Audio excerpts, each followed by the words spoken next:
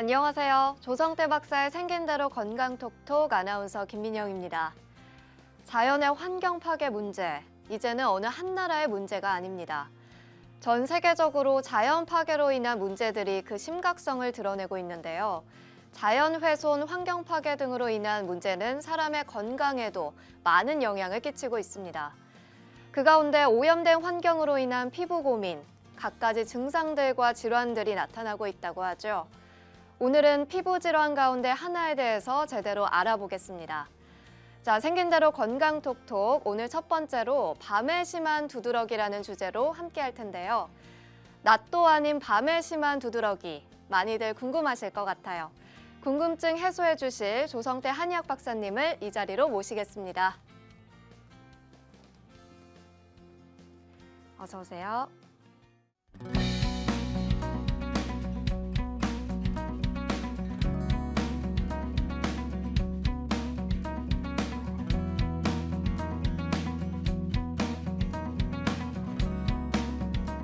네, 오늘은 주제가 밤에 심한 두드러기입니다. 두드러기면 두드러기지 무슨 낮에 심한 게 있고 밤에 심한 게 있느냐 이렇게 생각하는 사람들이 많이 있을 겁니다. 두드러기가 너무 가려우니까 너무 고통스러우니까 여기저기 가보지만 낮에 심한가 밤에 심한가를 물어서 치료하는 곳이 그렇게 많지 않습니다.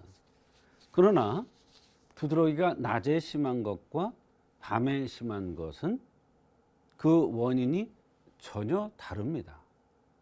따라서 이것을 구별하지 않고 두드러기를 치료할 수가 없습니다.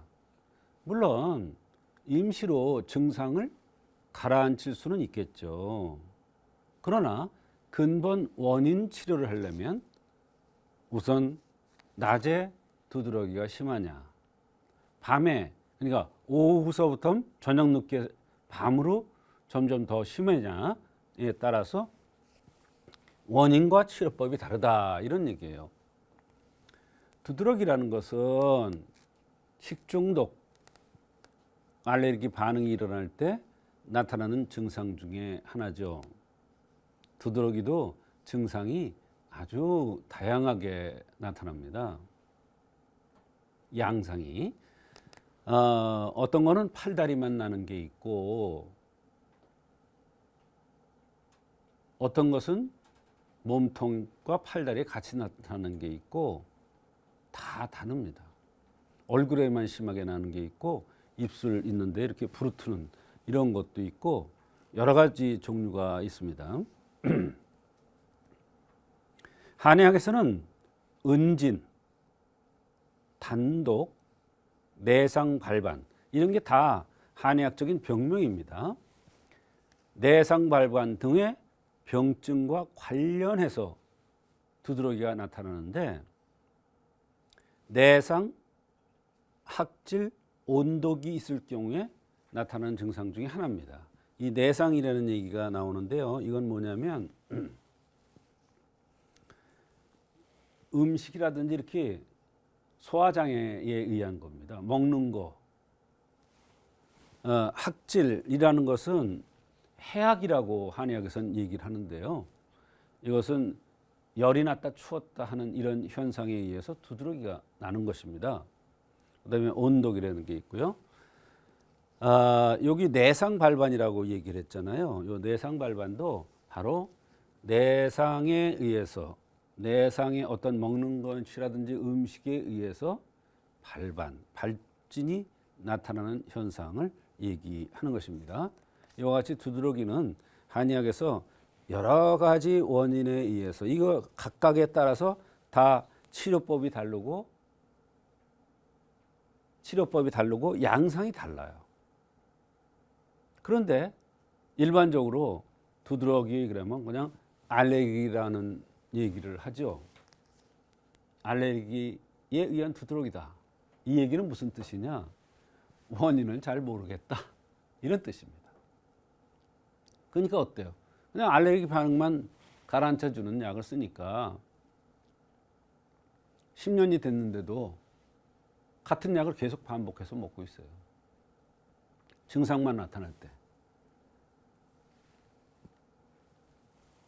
그 증상만 가라앉히는 거죠.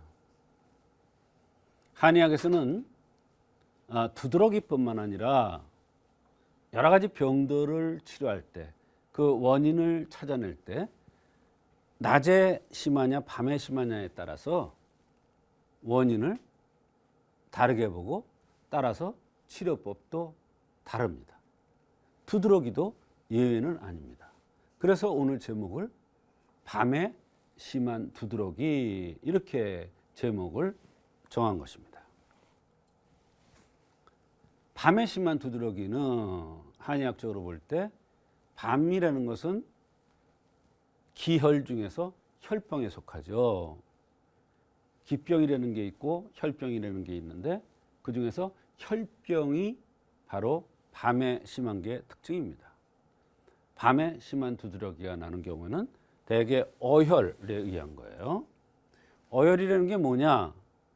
바로 타박이라든지 이런 여러 가지에 의해서 불순물이 생기는 거예요. 그 다음에 출산 후, 유산 후 또는 수술 후에 혈병이 생기는데 밤에 두드러기가 날 수가 있습니다.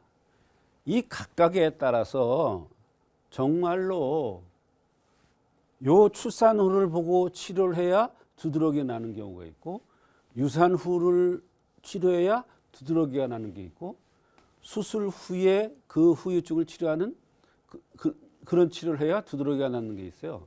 그러니까 이 각각에 따라서 전부 다 처방이 달라져요. 그러니 두드러기가 얼마나 고치기가 어려운 거예요. 밤에 심한 것도 이렇게 여러 가지로 나눌 수가 있다는 거예요. 정말 두드러기는 쉬운 거 아니에요. 식적, 음식을 먹은 것이 잘못된 것이 자꾸 쌓이는 거예요. 그래서 식정열은 밤에 심한 게 특징입니다. 식정열이 있는 사람들의 특징이 있어요.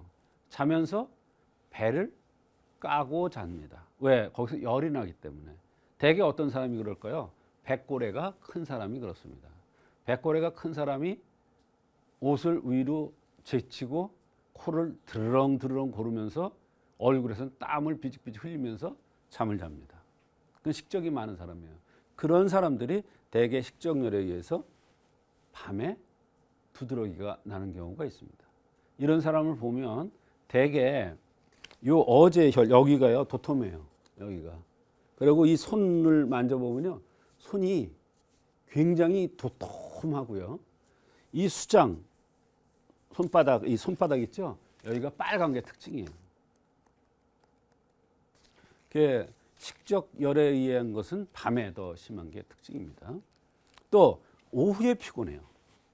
오전에 피곤한 게 있고 오후에 피곤한 게 있고 있는데 오후에 피곤한 사람들 보면 대개 야간에 심한 두드러기가 나는 경우가 많습니다. 혈어유하형이라고 해서 얼굴이 갸름하게 생기고 아담하게 이쁘장하게 생긴 사람들. 이런 사람들이 혈어유하형입니다. 아무리 살을 찔려고 해도 자리 살이 안 찌고 이쁘장하게 이렇게 아담하게 이렇게 생긴 사람이 혈어유하형입니다. 잠시도 가만히 안 있죠. 혈어니까 어때요? 밤에 두드러기가 날 수밖에 없어요. 이와 같이 두드러기는 한의학적으로 잘 치료되는데 낮에 심하냐 밤에 심하냐에 따라서 치료법이 다릅니다. 또 밤에 심한 것도 아주 다양한 원인에 의해서 나타나기 때문에 그 원인을 정확하게 찾아내서 어떻게 찾아내느냐? 나타나는 증상, 동반되는 증상, 그다음에 생긴 모습, 맥상, 그다음에 주변 환경 이런 걸 봐서 그 원인을 정확하게 찾아내서 치료하면 두드러기가 한의학적으로 잘 치료되는데 특히 밤에 심한 두드러기가 한의학적으로 잘 치료될 수가 있습니다.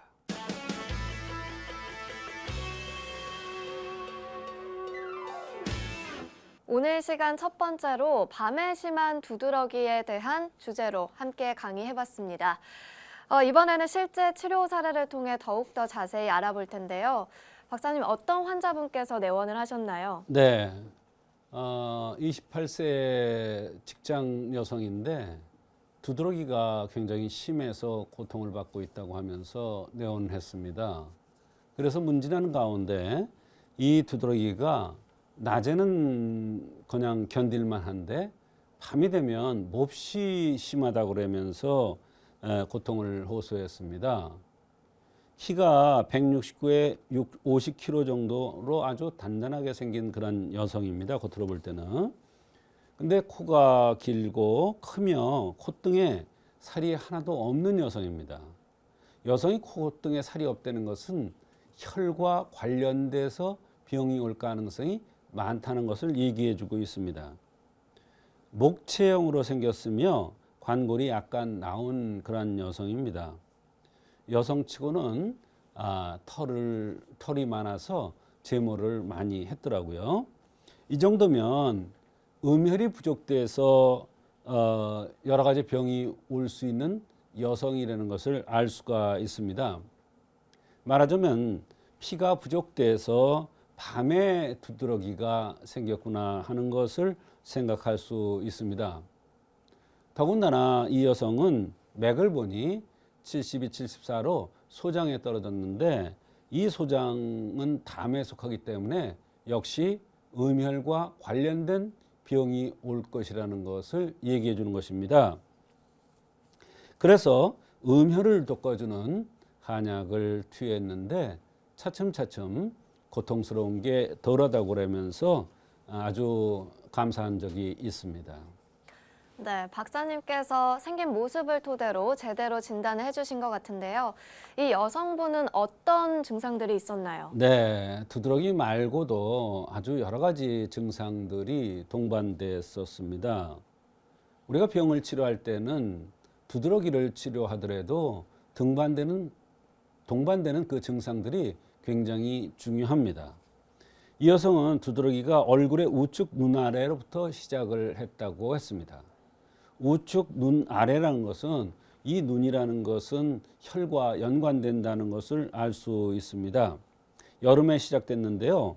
찬 공기를 쐬면 들어가고 업무 강도가 심할 때라든지 불규칙하게 자고 식사가 불규칙하면서 시작된 게 아닌가 하는 얘기를 하고 있습니다.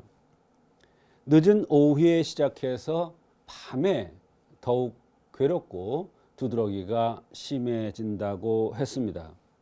특히 9시, 10시경이면 너무나 고통스러워서 많이 긁는다고 했고 자기 전에가 너무 심해서 고통스럽다고 잠도 잘 안 온다고 했습니다. 그래 한숨 자고 이렇게 저렇게 해서 자고 나면 아침에 조금 들어가는 듯 하고 요새 들어서는 증상이 심해져서 그런지 아침에도 두드러기 현상이 나타날 때도 있다고 했습니다. 이런저런 약을 많이 들었더라고요. 그것뿐만 아니라 생리통도 심하고 생리를 7, 8일 정도를 하는데 3일 정도까지는 양이 많다고 했습니다. 다리에 언젠가 모르게 멍이 들어있고 손톱도 잘 부러진다고 했는데 이 멍이 잘 든다 또는 손톱이 잘 부러진다는 것은 굉장히 중요합니다. 이것은 혈병과 관련돼서 여러 가지 증상들이 나타날 수 있다는 것을 얘기해 줍니다. 아침에 일어나기가 힘들고 목에 가래도 잘 끼고 먹는 거에 비해서 살이 안 찌고 특히 오후 3시, 4시가 되면 열이 확 오르는데 너무 괴롭고 그때부터 두드러기가 올라오기 시작한다고 했습니다. 생리통이 심하다는 것이라든지 멍이 잘 든다는 거라든지 손톱이 잘 부러지는 거 오후에 서너 시면 열이 오른다는 것이 같은 유형으로 한의학에서는 볼 수가 있는 것입니다. 네, 그렇군요. 이분께는 어떤 처방을 해주셨나요? 네, 이분한테는 여러 가지 처방을 생각할 수 있으나 오후에 서너 시경에 열이 오르면서 그때부터 두드러기가 시작된다는 점, 그 다음에 맥이 담에 떨어졌다는 점, 또 오후에 많이 피곤하고 콧등에 살이 없고 손톱이 잘 갈라진다는 점, 이런 모든 것이 음혈이 부족돼서 나타나는 오후 발열로 보고 이진 사물에 지무항백 지골피라는 약을 투여하였습니다. 네, 그렇다면 처방 후의 치료 결과도 들어보도록 하겠습니다. 네, 한제를 복용하고 왔는데 가장 효과가 많이 난 것은 오후 서너 시 되면 열이 확 올랐었는데 그게 훨씬 덜해지면서 피부의 두드러기도 약화됐다고 했습니다. 이게 반년 전서부터 그랬는데 이렇게 빨리 효과가 나는 것은 올바른 여러 가지 주변 환경이라든지 맥이라는 걸 통해서 올바른 처방이 나왔다는 것을 얘기합니다. 그러나 이 증상들이 오후보다도 야간에 더 심하기 때문에 야열 사물탕이라는 약을 투여했습니다. 두 번째는 처방을 살짝 바꿨는데 사실은 첫 번째 약과 두 번째 약은 약간의 변화만 준 것이지 큰 테두리 안에서는 마찬가지입니다. 음혈을 돋궈준다는 차원에서. 그러나 야간에 증상이 심했으므로 야열 사물탕을 투여했습니다. 그 뒤에는 두드러기가 별로 나질 않아서 편하게 지내고 잠도 잘 잤다고 하면서 감사하다고 한 적이 있습니다.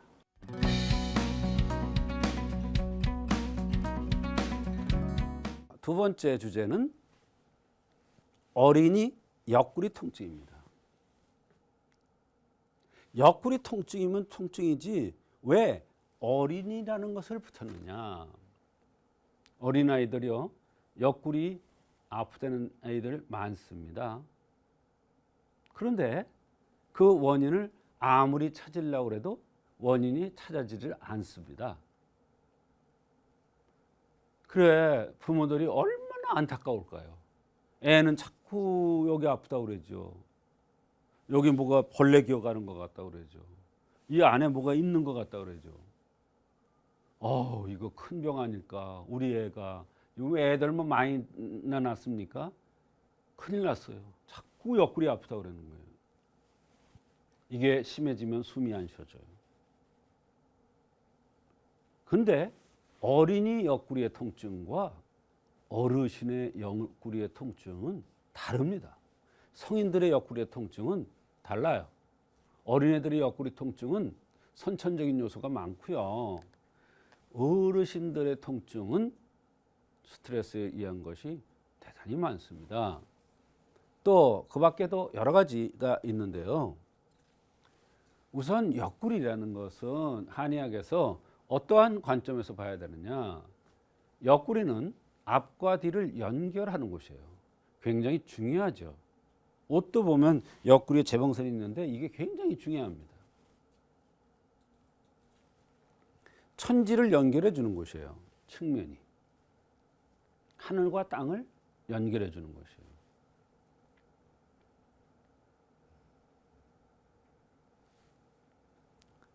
측면은 기혈이 승강하는 통로예요. 기혈이 승강하는 통로예요. 그래서 기가 부족한 사람, 좌우 시력이 짝짝입니다.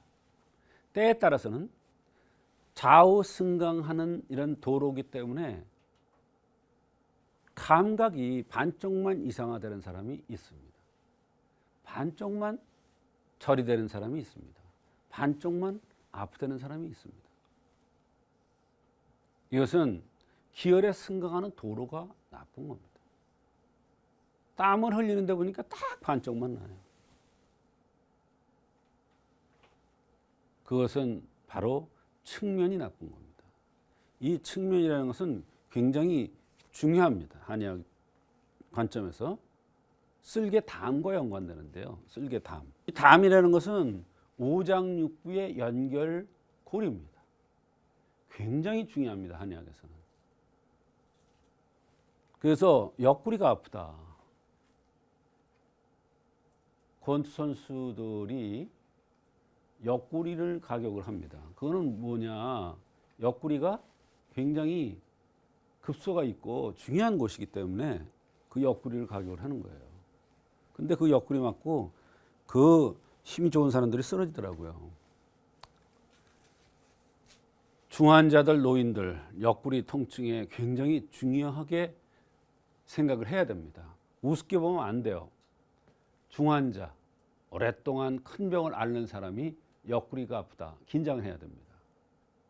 또 연세가 많은 어르신들이 옆구리가 아프다. 조심해야 됩니다. 한의학에서는 원인이 없는 건양협통이라고 해서 건협통이라고 얘기를 하는데요. 이것은 원기가 극히 허한 사람들한테 이런 현상이 나타납니다. 원기가 극히 허해요. 그래서 이것은 위험한 증상입니다. 사실은 원기가 없으면 병을 이겨나갈 수가 있을 수가 없죠. 원기가 없으면 자꾸 이런저런 병이 생길 수밖에 없죠. 또 갑자기 생명을 잃는 경우도 있어요. 조속한 치료를 하지 않으면 위험해서 갑자기 사망에 이를 수 있다. 이렇게 한의사에는 되어 있습니다. 그래서 건협통, 특히 옆구리 아픈 것은 중환자나 노인들은 굉장히 중요하게 살펴봐야 되는 그러한 증상 중에 하나가 되겠습니다. 간목이 옆구리 통증이 잘 생기는 체질이면 간목이 유효하다는 것은 뭐냐? 평소에는 아주 영국 신사예요. 그런데 깔끔하고 강직하고 이런데 가끔 욱 하는 사람이 있어요. 그런 사람 냄새에 대해서 굉장히 민감합니다. 얼굴이 갸름하게 이렇게 미남 미인형으로 생겼습니다. 늘씬하게. 이런 사람들이 간목이 유효하다고 그러는데 이런 사람들은 욱하는 기질이 있으면 옆구리가 통증이 옵니다. 노화에 의해서. 목기가 강한 사람에게 잘 생기는데 늘씬하고 코도 길고 평소에는 강직하고 인정이 많은 욱하는 기질이 있는 이런 사람들한테 잘 생기는 거예요. 그래서 어른들이 옆구리 아픈 거와 애들이 그런 것은 달라요. 이런 체질은 스트레스 받으면 몸이 허약해지면 옆구리가 아파지는 거죠. 우리가 엉덩이가 크면 허리가 잘 아파요. 배꼬리가 크면 배가 잘 아파요. 가슴이 크면 가슴에 병이 잘 와요. 옆구리가 길면 옆구리에 통증이 잘 오는 거예요. 그게 간목이 유해되는 게 바로 그거예요. 어혈협통이라는 게 있어요. 어혈, 순환되지 않는 나쁜 피, 수술 타박 뒤에 어혈에 의해서 옆구리 통증이 나타나는 거예요. 이거는 낮에보다 밤에 통증이 나타날 가능성이 많죠. 소양형 체질, 이게 바로 문제예요. 이게 소양형 체질. 소양형으로 생긴 사람의 특별한 증상 중에 하나가 옆구리 통증이 나타나는 거예요. 이게 어린아이들, 간혹 연세 많은 노인들한테 나타나는데요. 어린아이가 코가 들렸고 눈이 처진 사람을 소양형이라고 그래요.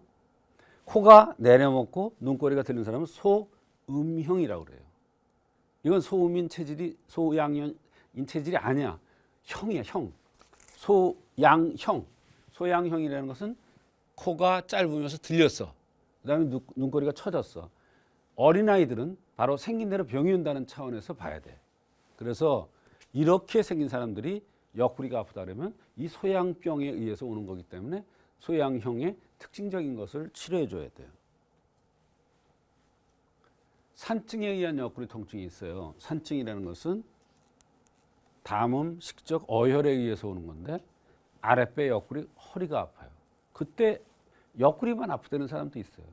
간혹 요 고관절이 아픈데 옆구리가 아파요. 이런 사람들은 산증에 의해서 오는 겁니다. 이와 같이 어린이의 옆구리의 통증은 선천적인 요소에 의해서 오는 경우가 많아요. 선천적인 요소라는 건 뭐냐? 생긴 대로 병이 온다는 차원에서의 선천적인 요소입니다. 그렇기 때문에 어린아이들이 이유 없이 옆구리가 아프다는 경우에 선천적으로 이거는 소양형으로 생겼기 때문에 옆구리가 아픈 거구나 이렇게 생각하고 치료하지 않으면 절대로 치료가 안 됩니다. 그래서 이것 때문에 막 어린아이들이 1년, 2년, 3년씩 막 옆구리가 아파서 고생을 하는데 가서 검사해 보면 아무것도 안 나오고 그런 경우가 너무나 많습니다. 오늘은 어린이 옆구리 통증에 대해서 말씀드렸습니다.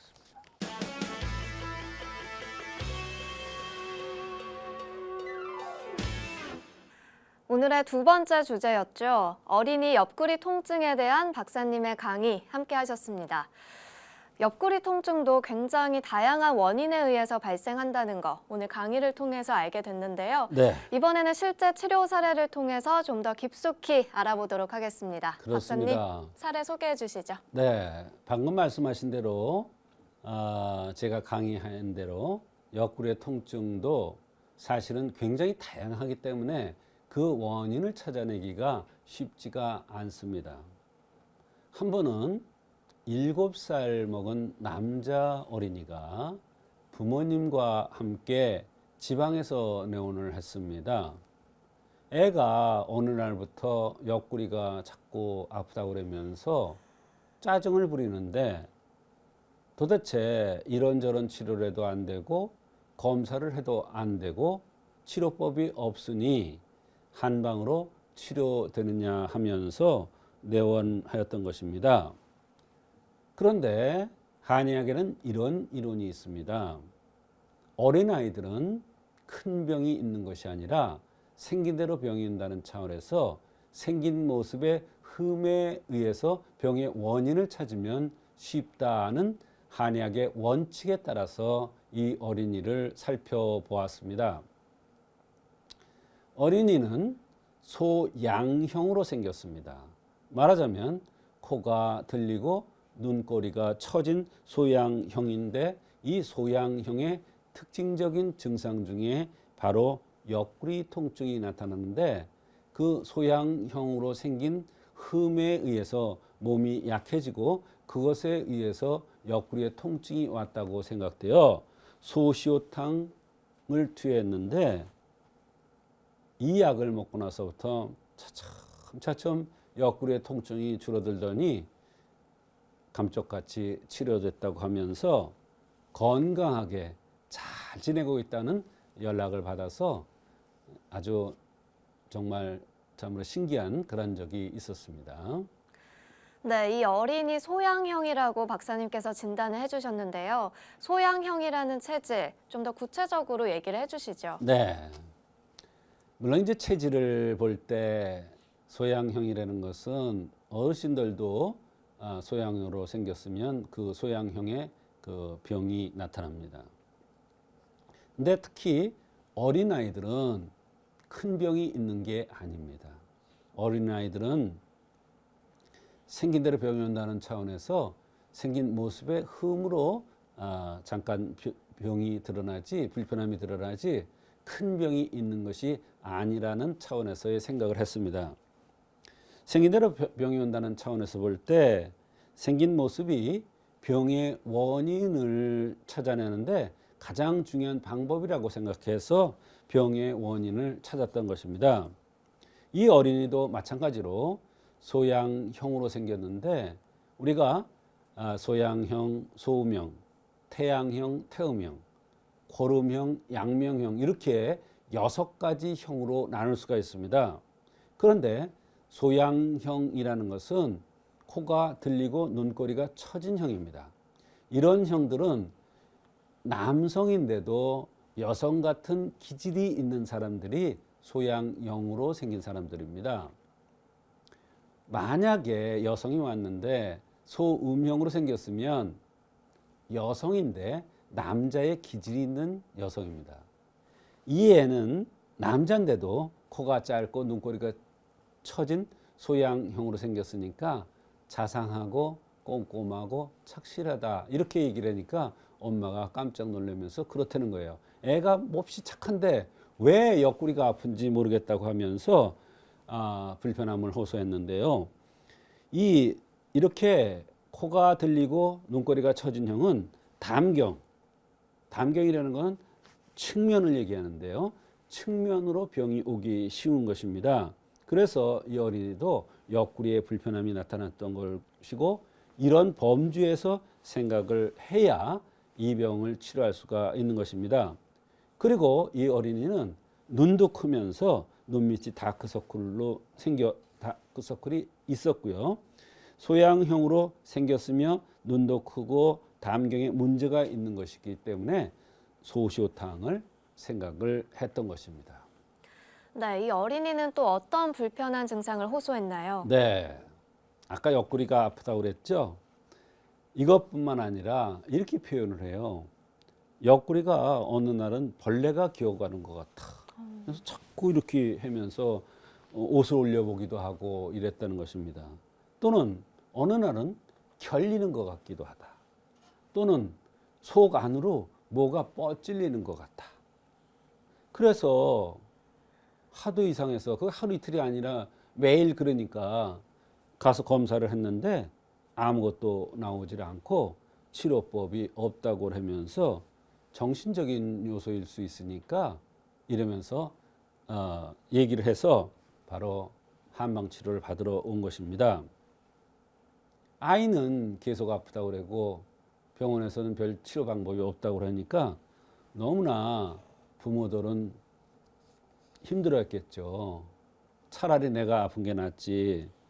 이게 계속되면서 나중에는 어린아이가 호흡이 잘 안 된다고 너무나 심각한 얘기를 했어요. 옆구리 아픈 것도 힘들은데 호흡까지 잘 안 된다니까 얼마나 심각합니까? 호흡을 조금만 못 해보세요. 난리가 나죠. 호흡까지 안 된다니까 너무나 큰 병은 아닌가 하고 내원을 한 것입니다. 네, 아이는 계속 아프다고 하는데 검사상에는 아무것도 나오지 않고 부모님께서도 참 답답하셨을 것 같아요. 그렇습니다. 부모 입장에서는 아이가 자꾸 아프니까 옆구리를 만지면서 아프니까 수십 번, 수백 번도 더 물어봤대요. 어디가 아프냐고. 눌러보기도 하고 하도 답답해서. 그게 부모가 다 왔어요. 엄마 혼자 온 게 아니라 아빠, 엄마가 같이 왔더라고요. 부모 얼굴에는 수심이 아주 가득했습니다. 걱정이 태산 같았어요. 그래서 속이 아픈 거냐, 겉이 아픈 거냐 이렇게 물어보니까 어떤 때는 속으로 이렇게 아픈 것 같기도 하고 겉으로 아픈 것 같기도 하다고 했습니다. 그러면서 또 얘기하는 거예요. 가슴과 목이 긴장이 된다는 거예요. 이번에는 아까는 숨이 안 쉬어진다 그랬죠. 벌레가 기어간다고 그러는 것 같죠. 이번에는 목하고 가슴이 긴장이 된다는 거예요. 그러니까 애가 긴장이 되는 것 같기도 하고 숨이 안 쉬어지는 것 같기도 하고 벌레가 기어가는 것 같기도 하고 옆구리 뻗질리는 것 같기도 하고 도대체 종잡지를 못하는 거예요. 이 병 자체가 그렇습니다. 이 소양형으로 생긴 사람의 옆구리의 불편함은 이런 식으로 나타납니다. 네, 소양형의 이 어린이, 박사님께서 어떻게 치료를 해주셨을까요? 네, 아이는 큰 병이 없으며 자라는 과정에서 불편함이 잠시 나타나는 것으로 생각을 했습니다. 근데 잠시가 아니라 1년을 고생을 한 거예요. 또 어디 가니까 정신적인 문제라고 그러니까 부모 입장에서는 너무너무 긴장을 하고 실망을 했다는 거예요. 그래서 생긴 대로 병이 온다는 차원에서 처방을 했죠. 코가 들리고 눈꼬리가 처진 소양형에는 기본약이 소시오탕이다.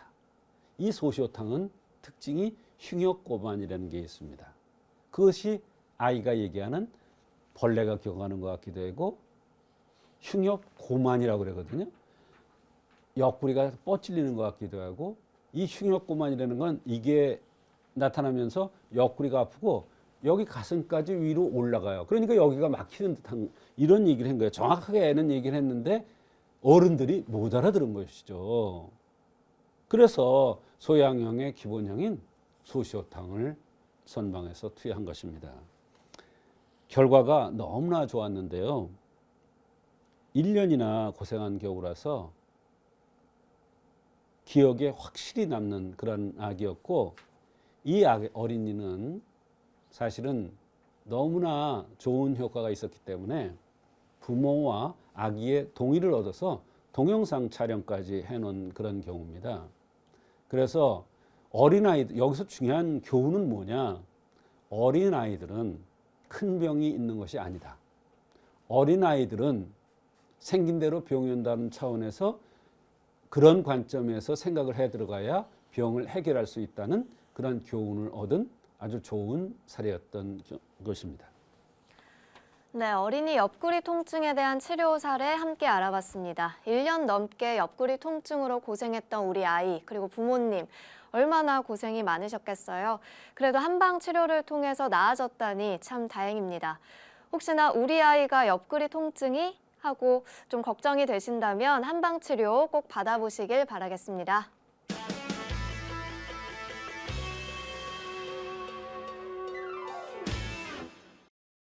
이번 순서는 조성태 박사의 백세 건강 한방톡톡 시간입니다. 여러분의 팔팔한 백세 건강을 위해서 박사님만의 특별한 한방 비법도 전해드리고 여러분의 건강 고민까지 체크해보는 시간이죠. 오늘은 어떤 시청자의 고민 사연 만나보도록 할까요? 오늘은 수원에서 전소영 님이 고민 사연 보내주셨습니다.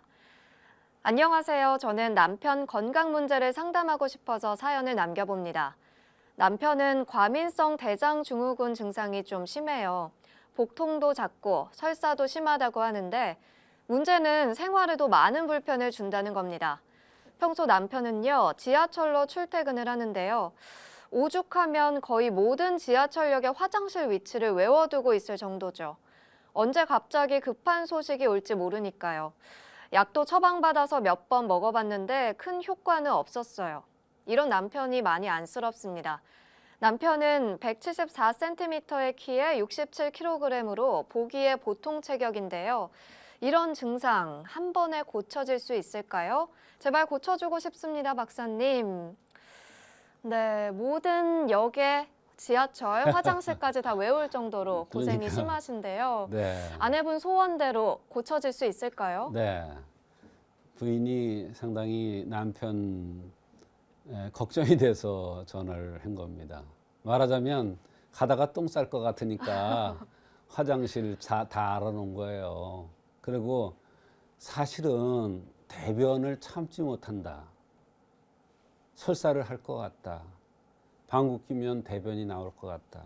아무것도 못합니다. 그런데 이런 어려운 문제들이 아주 간단한 데서 원인이 나오고 간단한 문제로 해결될 수 있다는 것이 문제입니다. 우리가 설사가 나면은 지사제 쓰면 된다. 설사 멈추게 하는 약 쓰면 된다. 이렇게 생각할지 모르나 가장 중요한 게 뭐냐면 왜 과민성 대장증후군이 생겼느냐를 찾아야 합니다.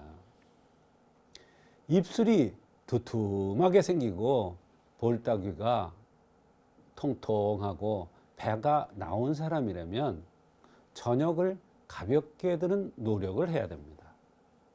왜 그러냐면 그런 사람들은 저녁에 많이 들고 또 조금 먹고 나서 조금 지나면 헛헛해서 또 이것저것 간식을 많이 들고 바로 잠자리에 들어서 코를 드렁드렁 고르면서 배는 이렇게 올리고 잠을 잡니다. 이런 사람들은 식적에 의해서 과민성 대장증후군이 옵니다. 또 이번에는 코가 크게 생긴 사람이라면 폭풍 설사를 하는 경우가 많고 반대로 대변이 잘 안 나와서 고민한 경우가 있습니다. 그런 사람들은 배가 냉해서 오는 과민성 대장증후군입니다. 이번에는 얼굴이 크면서 눈썹이 진하고 목이 굵고 덩치가 큰 사람이 과민성 대장증후군이라면 이것은 습에 의해서 오는 과민성 대장증후군입니다. 이럴 때는 강활 승습탕이라는 약으로 습을 조절해 주면 바로 과민성 대장증후군이 치료가 됩니다.